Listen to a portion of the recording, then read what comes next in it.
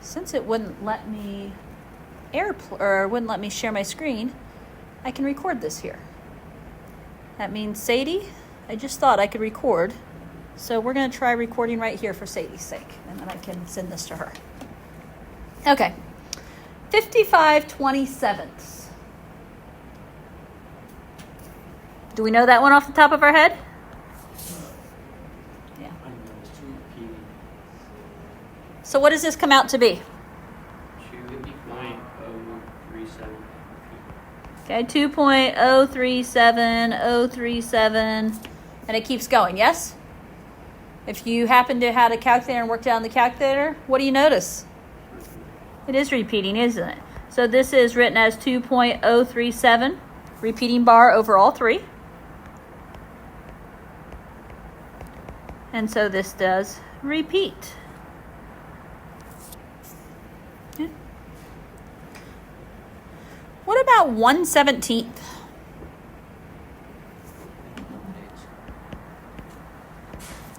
What's the decimal form of 1/17?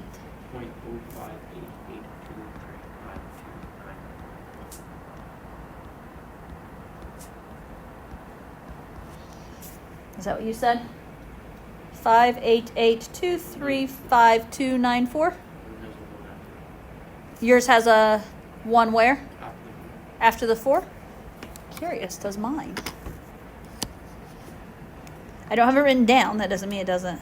Interesting. Okay, so this is one of those difficult situations. So curiosity, Keaton has a different calculator than I do. Notice what my calculator says. It has what I wrote on the screen, yes? Yeah. Keaton's has a 1 after it. Okay, so that's good to know. Interesting to know. It factors into my decision of the question is determine if this repeats or terminates. I think it terminates just the original rating. Okay. So Keaton's response was he thinks it terminates because it just seems like a whole bunch of different decimals that don't repeat. Do we know what?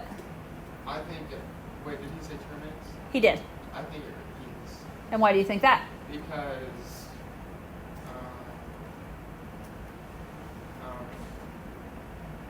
well, because when it repeats, when it like simplified maybe in the calculator.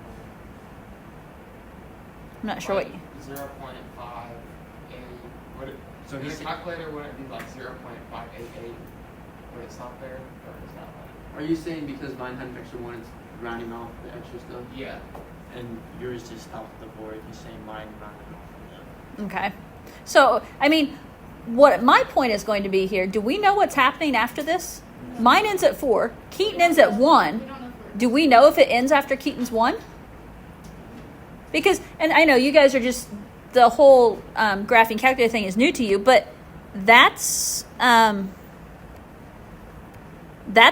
long as decimals go. Okay? If I take the scientifics that you guys are used to using, right? That's what you're more used to seeing the screen. So if I take your scientific, that's what the scientific does. Okay? So notice that fills the screen, right? Yeah. So it comes down to one of those that honestly, we don't know what happened here. Is it 0.5 or 0.04?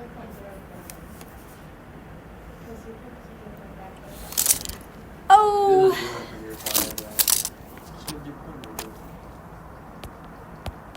what happened? I talked too long. My pen turned off here. Okay, so what is... Gosh. Trying to make this right. It is 0.0588235294. Sorry. Thank you. Okay. So all of this to say, we don't really know what this does. And the calculator can't really help us. How can we figure out what's actually going on here? What could you do by hand if you really wanted to? As in, if you're saying write it out, we would long division. Could you, if you wanted to? I'm not, so don't freak out. That really, Miss Sargent, we're gonna do that? No, we're not. But if you want to, could you do long division there and see what happens? Yeah. Now, surprisingly enough, this actually repeats eventually. See, I was thinking, is it maybe later when we can't see it? It is. Okay, and so it does repeat. If you want proof, I'm going to say check it out long division wise. Okay, because that would be, I'm not going to say it's the only way to figure out what it's doing, but it would be definitely a good way to figure out what's doing. So it repeats via long division. So, and now, normally, what do I teach? When a big, long decimal fills a calculator screen like that, I normally teach that it's irrational. I normally teach that most of the time they are decimals that do not end and do not repeat. But based on this was a fraction, we know it has to either repeat or end, because that's what a fraction does. So, okay. Anything like that that's kind of like trickier on the test where we will have to long divide to figure it out? Or? No. Okay. This is just like to practice to see. Yeah. Okay. Oh, really? Okay, looking at the next side.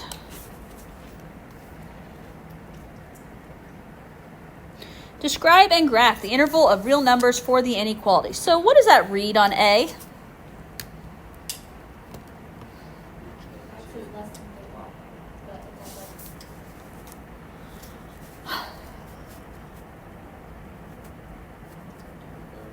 It is in your notes in front of you, though.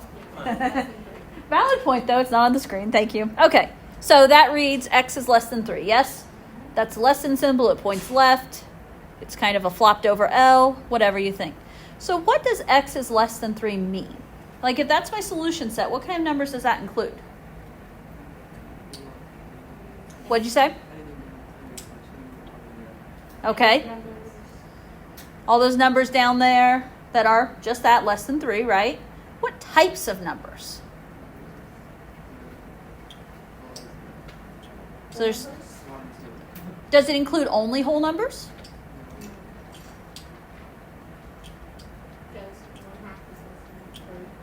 Yeah, could it include decimals and stuff? Yeah. So if we think yesterday, all numbers that we deal with most of the time are real numbers. So if we're being asked to put this in words, this is all real numbers. Yes, I'm using a number sign there. So real numbers less than 3. Okay, because it did ask us to describe. So putting it in words, we're acknowledging that this is all real numbers less than 3. Now, it's asking me to graph. So if I graph, let's see, we need 3. So I'm going to put 1, 2, 3, 4, 5. How do you graph real numbers less than 3 or X less than 3?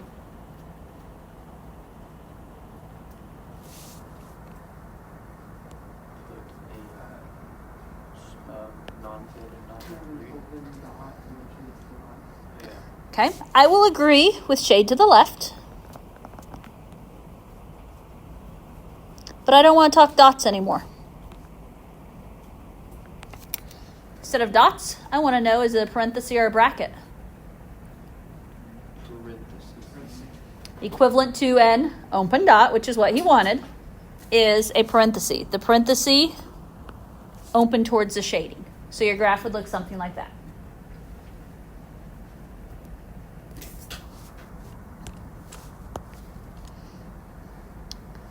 What about this next one?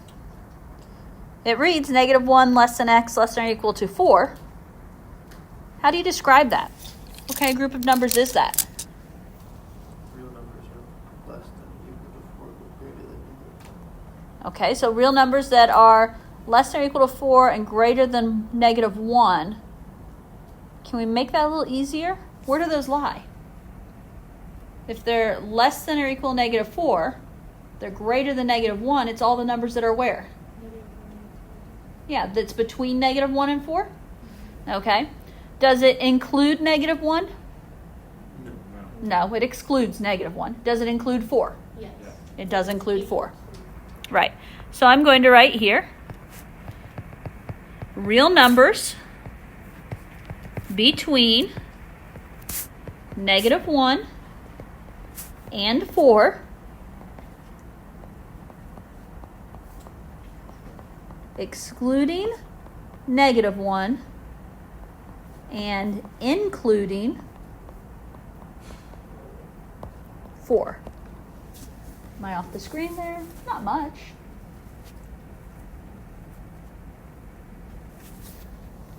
And I'm going to graph that. I'm going to start over here at -2, -1, 0, 1, 2, 3, 4, 5.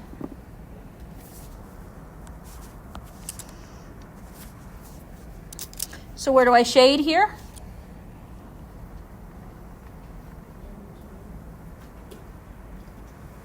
We're shading between -1 and 4. What do I use at -1? A parenthesis because it's not equal to. What do I use it for? A bracket because it is equal to. And I don't know exactly how to describe that, but they're opening up towards each other. Okay, so you're going to see some that are describe and graph. This next section asks us to write an interval of real numbers using an inequality and draw the graph. So when I say inequality, I'm looking for less than, greater than signs and X's along with your numbers. When I say interval notation, that's when we're using the parentheses and brackets. So it's one or the other. You're using parentheses and brackets for interval notation or less than, greater than symbols and X's for inequalities. This is asking us to write an inequality and graph it. So the real numbers between -4 and -0.5. Thoughts on this one?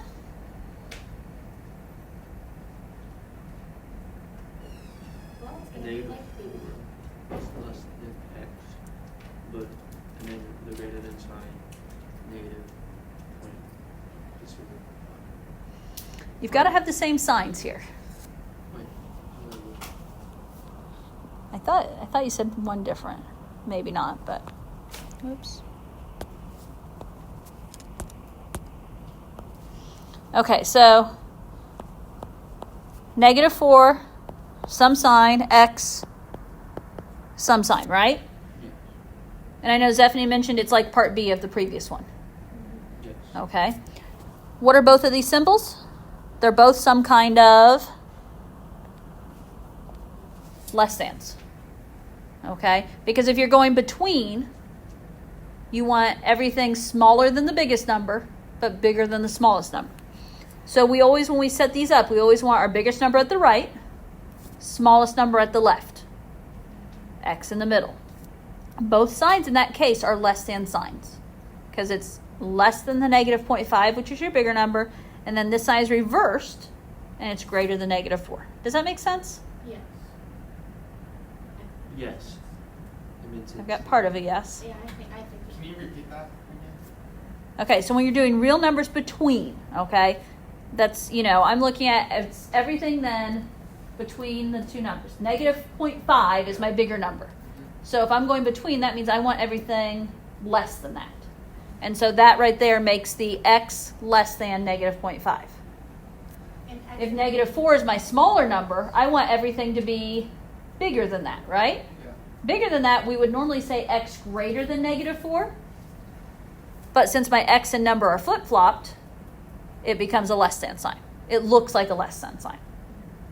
Okay? So when we graph this, where's our shading? in between. Yeah. -5, -4, -3, -2, -1, 0, 1, 2. And I just did whole numbers or integers, and I'm going to put the -0.5 there in the middle. So we're shading between them, right? So between -0.5 and -4. What do I use here? Parentheses? It just said between. Did it ever say indicate including by any way? No.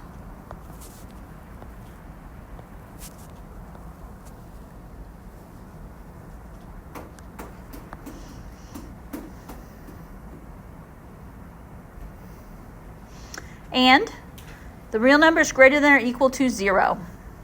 How do I write that with an inequality? So using inequality symbols. What? I said you're going to use greater than sign. Okay. She says greater than. So x is greater than or equal to 0. Okay. X is greater than or equal to 0. That's where, inequalities, we're throwing those variables in. You guys know how to graph that, right? You kind of just have to replace the greater, like the all reals with x because x is all your variables. So you just have to flip them into- Yep. Okay, so I put on my number line -2, -1, 0, 1, 2. We're going to the right of 0. Bracket or parenthesis? Bracket, because it said equal to.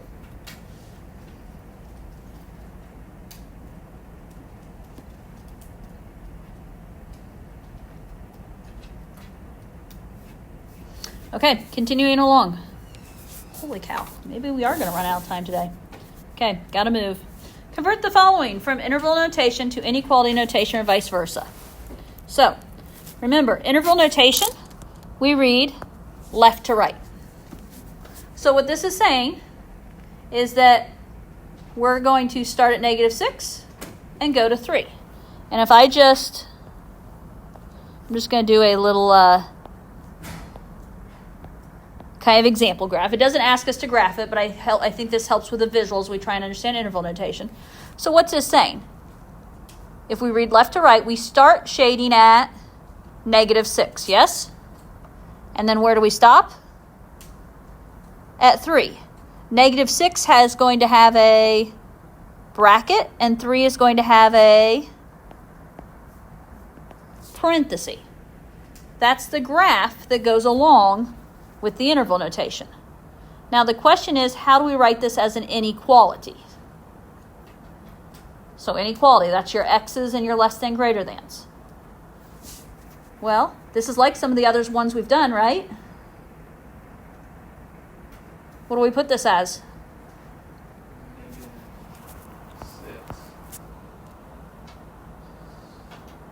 Less than or greater. Less. Less than or equal to x. X. And less than or equal. 3. Good job, Jake. Because this is that whole x is between the two, right? Mm-hmm. So you put the x in the middle and you put both the less than signs there. Okay, what about B? B says -infinity, to -1. So there's my number line with -1 on it. Where does starting at -infinity mean?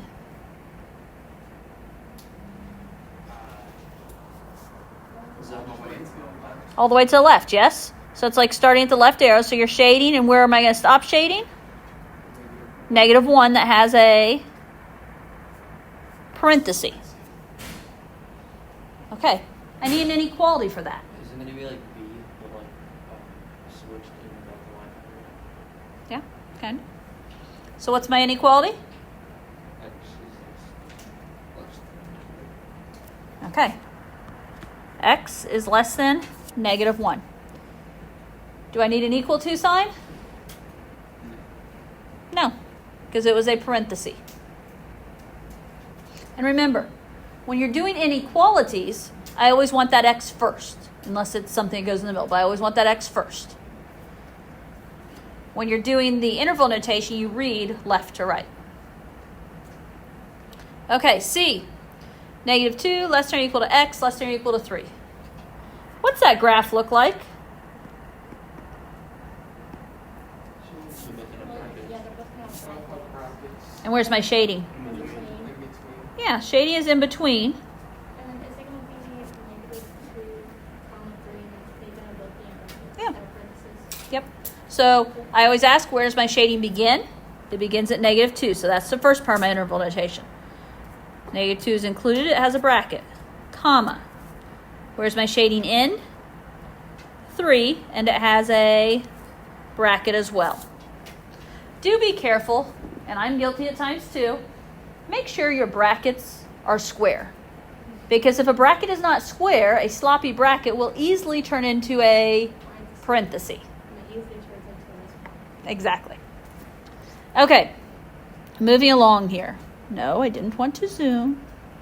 I was just trying to scooch you. Okay, just real quick. We still have another page I want to look at examples on. Properties of algebra. These are all words you've been hearing for years now, yes? Commutative property. That's just saying that 2 plus 3 is the same as 3 plus 2. You can add or multiply either way. Over there on the right, associative property. That's the one that says it doesn't matter what order you add or multiply, depending on which it is, 3 things. Okay, you can move your parentheses around. Distributive property. What's a distributive property do? Yeah, it would be distributing that x in this case. Identity property. Identity property is, so in addition, it's what do you add to stay at the same number? And you would add 0. In multiplication, what do you multiply by to stay at the same number? And you multiply by 1. Inverse is how do you get those identities? So if you're adding two numbers, how do you get 0? You have to add a number and its opposite, or its negative. If you're multiplying, how do you multiply two things to get 1? You multiply a number and its reciprocal. Because what's a negative exponent do? Remember, a negative exponent takes it to the denominator. So this would be like saying x times 1 over x, which would just, x's would cancel and you'd have 1. So those are properties, just be familiar with them. Okay? Exponential notation, a to the m. A is the base, m's the exponent. You guys know that. Okay, we're going to use these on the next page. Do you remember your properties of exponents? Right here, if the bases are the same and you're multiplying, what do you do with those exponents? You add them. Down here, if your bases are the same and you're dividing, what do you do with the exponents? Subtract. Anything raised to the power of 0 is always 1. What do you do with a negative exponent? Takes it to the denominator. And if it's already in the denominator, what's a negative exponent do? Takes it to the numerator. Okay? If you have two things being multiplied in parentheses and there's a power, that power goes with both pieces or any pieces.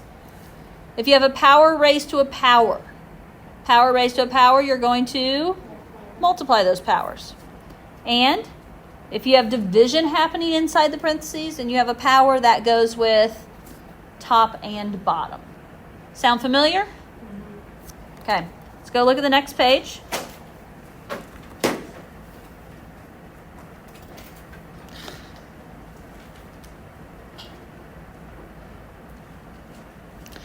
Scientific notation. Remember, scientific notation is a number times 10 to some power. That number out front always has to be a number between 1 and 10. And then the power is an integer, so it's a positive or negative whole number. We'll talk about that, some scientific notation here at the end. Okay, example A here. Identify the base and exponent of negative 3 to the 5th. What's the base? Negative 3. What's the exponent? 5. And if we were going to mathematically work this out, what does this mean we do?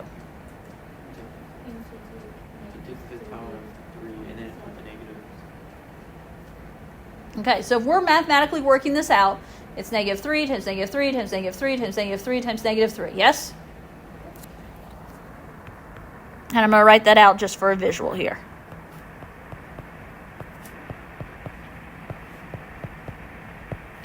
Now, B is set up slightly different, yes?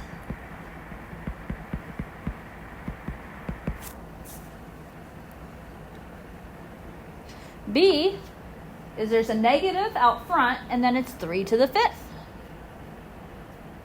What is the base this time?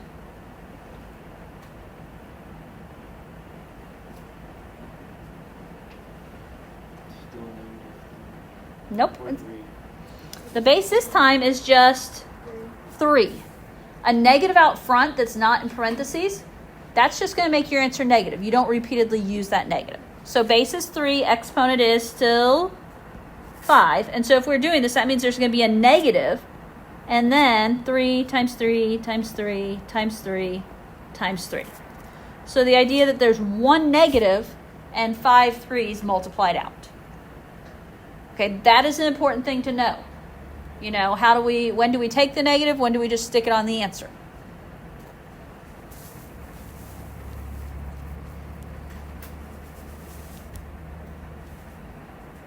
Okay.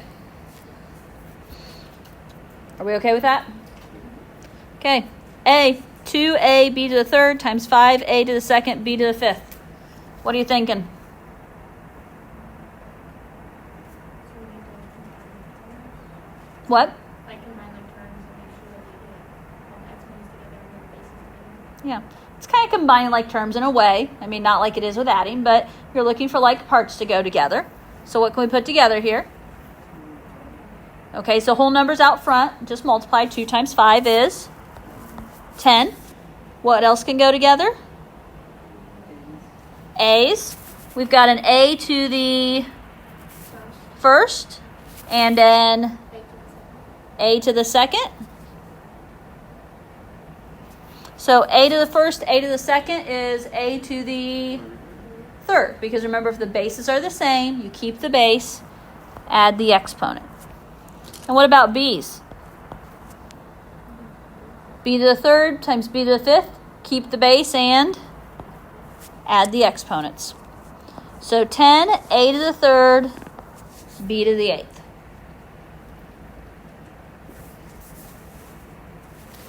That's not what I need to do.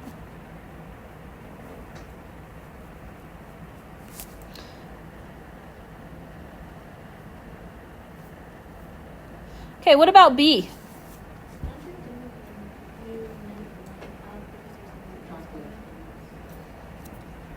We can go either way. Stephanie was talking about moving the negative exponents to make them positive, right?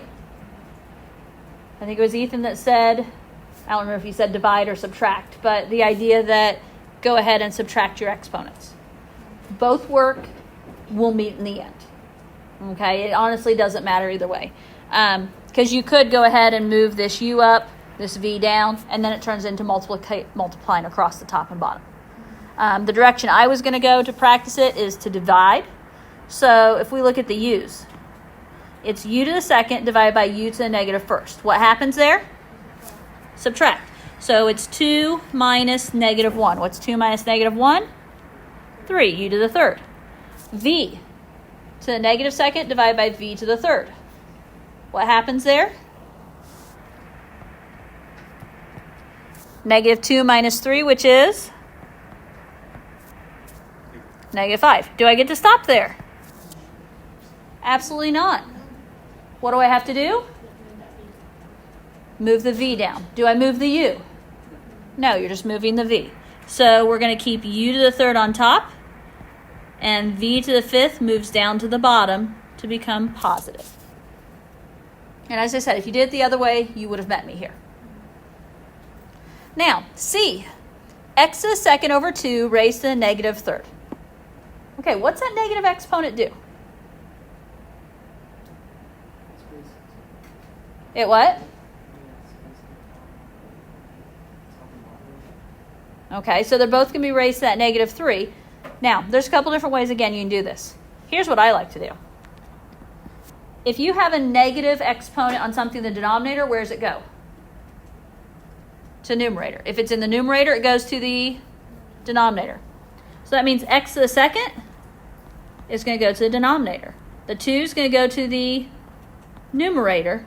And now what I have is a fraction raised to a positive 3. Basically, just flip them so you can get rid of the negative. Yep. And that's just a real quick, easy shortcut is, oh, I've got a negative exponent. Yuck. Ugh. Kind of like multiplying by Yeah, just flip it and then this negative. Now, can you do this problem? 2 over x squared raised to the third. What's this become?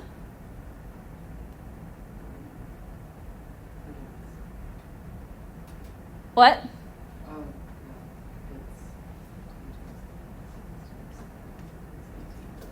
No.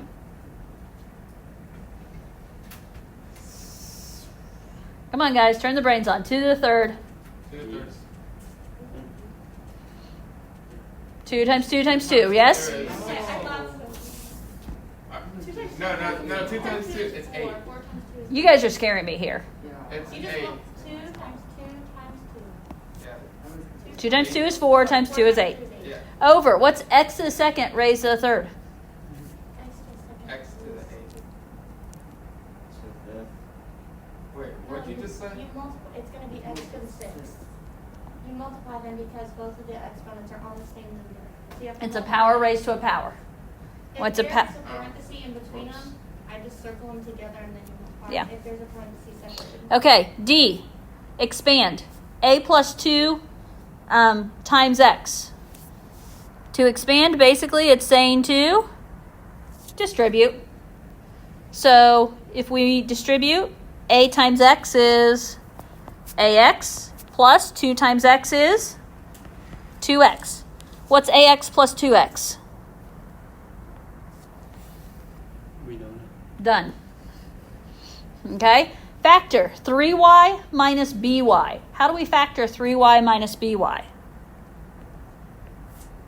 You can factor out a y. And what's that leave us with? 3 minus b.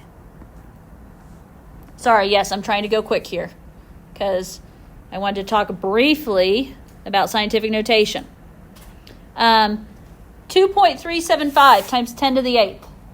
How do we take that out of scientific notation? What's that 8 do? That's Right. 8 times. Does that mean I add 8 zeros? No. No. You move the decimal. So in this case, I'm adding 5 zeros because I already had 3 numbers there, yes? So you end up with 237,500,000. Sound familiar? If that had been a negative exponent, we would have gone left. What about B? How do I take this decimal and put it in scientific notation?